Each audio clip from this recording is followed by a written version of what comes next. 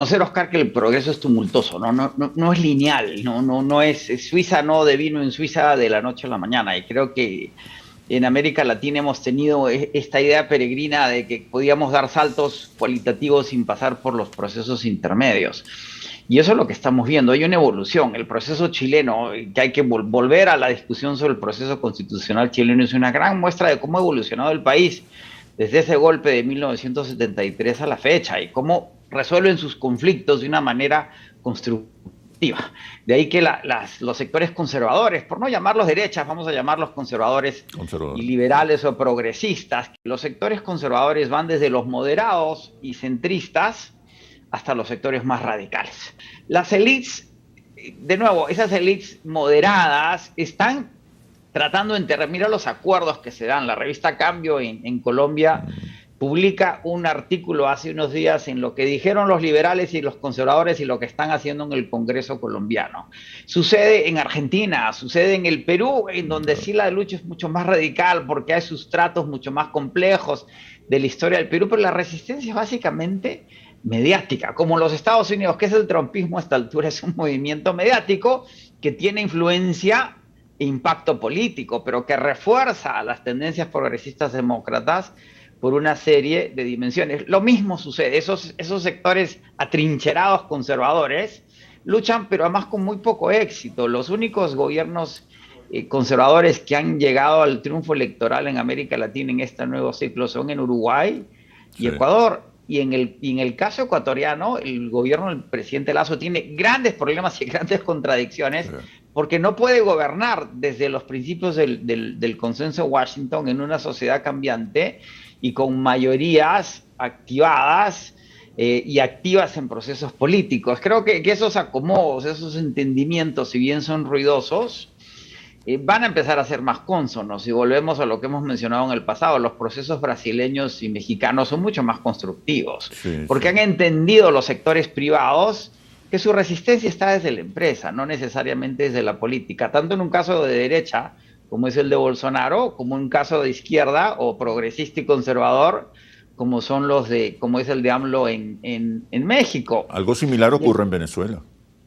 correcto, y además yo siempre cuando hablo con mis paisanos en el Perú les digo, aprendan de la lección venezolana.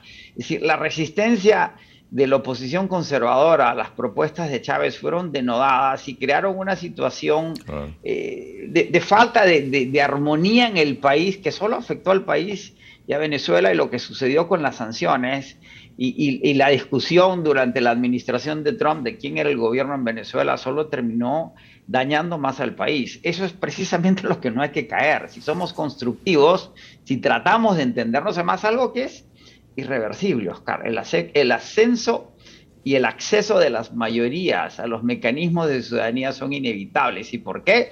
De nuevo, por modificaciones tecnológicas. La ganancia de las compañías telefónicas con la telefonía celular, perdón, el negocio de las compañías ha sido la ganancia de las mayorías. La gente se está integrando a la vida social a través de la comunicación. TikTok es mucho más poderoso de lo que el mundo piensa. Hay más gente en TikTok que suscriptores del New York Times. Y la Exacto. gente que empieza a tener ingreso virtual quiere ingreso real. Y al querer ingreso real se moviliza, que es lo que pasó con la constituyente chilena, y suceden cosas singulares. Pasó con la elección de Trump en los Estados Unidos, pasó con el Brexit. Si movilizas y no haces trabajo político, lección para el progresismo latinoamericano, y eso lo reconoce Boric, ¿sí? No puedes quedarte en la ilusión, en la propuesta ideológica, sino que tienes que hacer trabajo político. Si no se hace trabajo político, no hay efectos prácticos. Y creo que Venezuela es ilustrativa de lo malo y lo bueno para el resto de América Latina, más aún que en esta nueva fase en el proceso venezolano, queda muy claro que el chavismo y el madurismo entran en un proceso de continuidad en el que se están renovando para que esa continuidad sea productiva y Venezuela recupere las dinámicas económicas que tenía en el pasado, y que la invasión en Ucrania, la crisis energética y la transición energética subrayan, Venezuela tiene que producir 6 millones de barriles al día en los próximos 10 años, porque no hay petróleo convencional en el mundo. Es la gran reserva de petróleo convencional. Petróleo no convencional hay mucho, convencional hay muy poco. Lo demuestra la visita de Biden a Arabia Saudita, donde es muy claro que Arabia Saudita nunca ha producido más de 12 millones, promete 13 que nadie sabe si los puede producir y lo que puede producir son 11.